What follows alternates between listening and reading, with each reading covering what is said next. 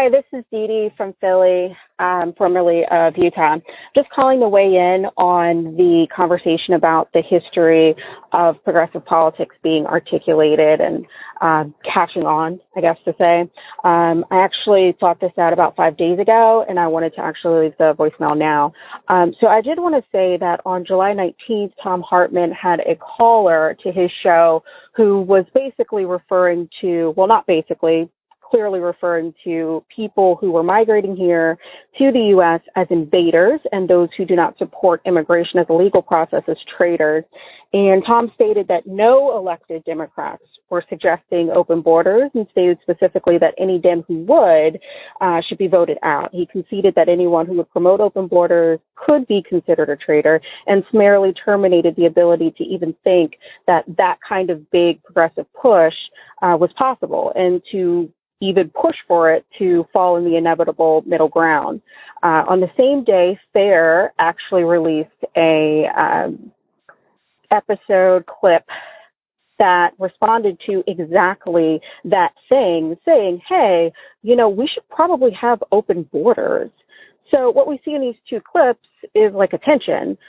What exactly is going on here? It seems like progressives / liberals / Democrats are singing two completely different tunes, and who knows, that's probably what conservatives are saying to themselves to kind of say, hey, they're going to say no open borders to you, but amongst themselves, that's what they're talking about. So I'm going to use a clunky term that I've invented just for the purpose of this conversation, and hopefully it works.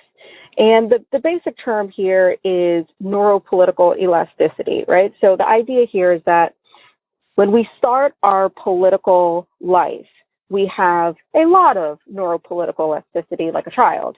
And so we may be willing to go very extreme based upon the current mores of the moment. And so we might accept gay marriage in the 70s. But then in the 90s, we're not able to accept non-binary gender representations.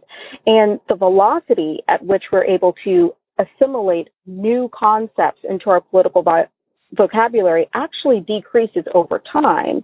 And so we go from these firebrand progressives, basically to liberals, and then eventually down to rank and file Democrats as the conversation progresses on without us.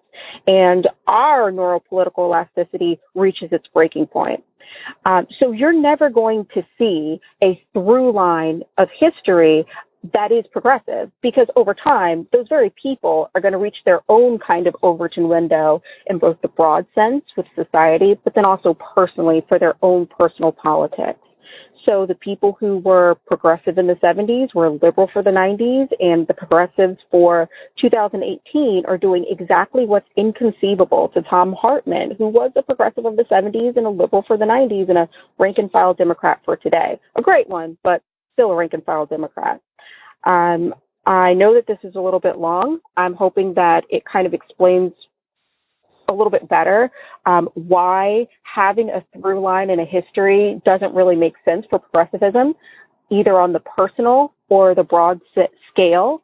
And I also want to say I'm a little bit concerned that we are placing a premium here on having that kind of through line and saying that that's going to draw people to the progressive cause and keep them there, when the initial call seems to suggest that, hey, without this, you guys can't build a movement. And yet there seems to be this quiet lull historically between the 30s and like the 70s or 80s of progressivism. If that's true, and we don't have that kind of through line in history, then how is it possible that we've been able to build that coalition after 40 years of no progressivism apparently at all? I want to interrogate whether or not that makes a lot of sense.